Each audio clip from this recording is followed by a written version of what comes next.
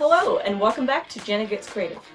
You may remember that I tried out the June ArtSnacks box, the regular ArtSnacks. I found another coupon code, and I decided that this month only I'm going to try out ArtSnacks Plus, see if that box is worth it. It won't be an ongoing thing yet, at least, because I certainly can't afford to keep up with multiple subscription boxes, but we're gonna try it. So here it is, the September 2019 ArtSnacks Plus box. If you're not familiar with the Plus service, it's quite new. It's the regular monthly ArtSnacks box plus an additional 1 to 2 full-size art supplies and a full-size surface. The price difference is $15 USD plus shipping cost. Regular ArtSnacks is $24 USD per month with free shipping in the USA. Plus is $39 USD per month plus shipping costs.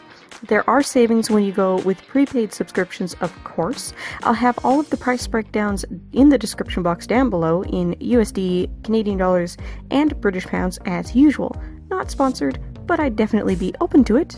Hey ArtSnacks! If you read the price breakdown, you'll notice Plus is a far better deal across the board, even for international subscribers paying month to month, which is unusual to see in any subscription box service. So when you get Plus, you get the regular menu card plus an additional Plus card, so I can definitely tell you what the bonus Plus items are, and it means I can cover the price breakdowns for both the regular box and Plus boxes in the description. It looks like I got 2 of the supply wraps, and I probably wasn't supposed to. I really hope that doesn't mean someone else's box wasn't missing supplies. I suspect that Plus boxes are made to order, since there aren't any Plus boxes in the past boxes section of the ArtSnacks shop every time I've checked, so hopefully that means that my box having doubled doesn't mean a pack didn't get into the next one on the line or something. I'd be lying if I didn't admit I'm a little disappointed it's 2 of the exact same packs, since I've been seeing this box coming up in my Instagram feed, and I know there are other color pairings, but I can't complain too hard since it's free products I wasn't supposed to have. Let's get on with it, shall we? The regular menu card starts off with Krink K11 acrylic paint marker, new product. Headquartered in Brooklyn, Krink makes creative tools for creative thinkers. The K11 acrylic paint marker features a 3mm double-sided bullet tip and is filled with permanent water-based paint that stays vibrant on a variety of surfaces. To use, shake well until thoroughly mixed, remove cap, and press the nib down several times until saturated. Suggested retail price is $8 US. Conversions down below, of course. I got the shade light blue, and it is very pretty. When they say double-sided nib, they mean the nib is a nicely formed, rounded bullet nib on both ends, so when the nib starts to wear out and fray, just pull it out and turn it around. Krink does sell refills for all their markers, and they sell nibs, but the benefit of this particular line of markers is definitely the fact that your nib will last twice as long. This isn't my first acrylic paint marker, but it is my first Krink product, and I do like it. You'll see as the video goes along just how much of the surface I covered with this, and it barely looks like I used it. I peeled the label back a little later, and it's only about 1 centimeter down from the end, and the unused one isn't stuffed full to begin with, so it seems a little goes a long way. I'm guessing since this is acrylic, the note about it staying vibrant means it'll be fairly light fast. I couldn't find light fastness information at a glance, but I'm sure it's out there. I don't know how long this has to dry before it's permanent, though. You'll see later I did brush liquid color over top, and it did interact. Next up, Zebra Mildliner double-ended brush pens, new product. Add a gentle touch of color to your artwork with Zebra Mildliner double-ended brush pens. These convenient pens feature 2 different tips: a flexible brush nib and a super fine bullet nib. The soft, mild ink is translucent and water resistant, so have fun and experiment with layering. Suggested retail price is $2.79 US each. I don't know what they're talking about calling these water resistant. I'm doing a 2-part Inktober prep fine liner and brush pen review next week, and when I tested one of these with the brush pens, it did quickly and easily dilute a bit with water on the page even after being left to dry for a minute or two. It activated with water about as much as I would expect any highlighter to do. These are highlighters, by the way, don't let the fanciness fool you. That's what they're made for. You can get them in a chisel and fine liner nib combination as well. I also tested them under alcohol ink, and while they don't feather or smear, they do fade under alcohol ink. I got orange and magenta. The orange is a very nice fluorescent pastel highlighter orange, but the magenta is pretty darn purple and not at all fluorescent. They do indeed layer nicely, and they don't eat up the paper as much as a lot of water-based markers I've tried do. They have earned a place on my pen hanger along with all of my fine liners and my metallic gel pens. We were also given a paint brush. The card says Princeton Snap Series 9650 Golden Synthetic Brush Filbert. Oh snap! The Princeton Snap Series 9650 Golden Synthetic Brush is fun and functional. Ideal for watercolor and acrylic, this versatile brush has tack-on bristles that snap back into place and retain their shape after use. We've included a Filbert shape in your box, which is great for blending. Suggested retail price is $4.49 to $8.99 USD.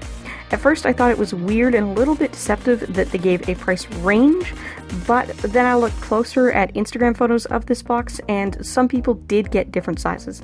I've only seen 2 sizes so far, the 4 and 8, but since these are in the wrap, I don't think the sizes were separated by box type. I got an 8 in both wraps. I do love Princeton brushes, and I like Filberts, so I'm very happy with these. According to Blick, the suggested retail price for the Filbert 8 in particular is $6.99 USD. We also got a Marvi Uchida Le Pen Flex. The Marvi Uchida Le Pen Flex is très chic. Featuring a sleek barrel and durable brush tip, this pen will become a fast favorite. It lends the user complete control, so each pen stroke appears exactly as expected. You'll be impressed with the vividness of its water-based dye ink. Suggested retail price is $1.99 USD. I do love this pen, and I'm not surprised since I love my Marvi Uchida fine liners. I wasn't aware that Le Pen was made by this company, but that's exciting. Even though it's a Japanese brand, not a Chinese brand, so far I've had good luck getting legitimate Marvi Uchida products on Wish and AliExpress, so that gives me hope for Le Pen branded items on those sites as well. This pen is very water soluble, and I took advantage of that. As a dye-based ink rather than pigment, it won't be light fast, so this is not archival. I love the color, and the pen itself is very fancy looking. My only complaint is that the color name is only on the barcode sticker, so I have to choose between leaving the sticker on the pen or forgetting the color name. Oriental blue, by the way. The final item for the regular box is Daler-Rowney Aquafine Watercolor Ink. Summer may be winding down, but Daler-Rowney Aquafine Watercolor Ink will keep your days bright. This pigmented, water-soluble ink is extremely versatile. Use it directly out of the bottle or dilute with water. Thanks to its high degree of light fastness, the saturated color will resist fading over time. Suggested retail price is $7.99 US, and the bottle I got is in Portrait Pink.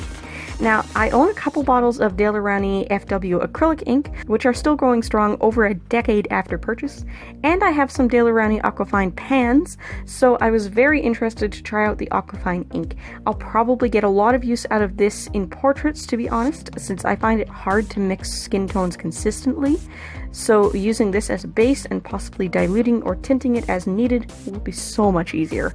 I noticed the pigment wants to separate out quickly though, so it definitely has to be stirred up again if you leave it on the palette for any amount of time.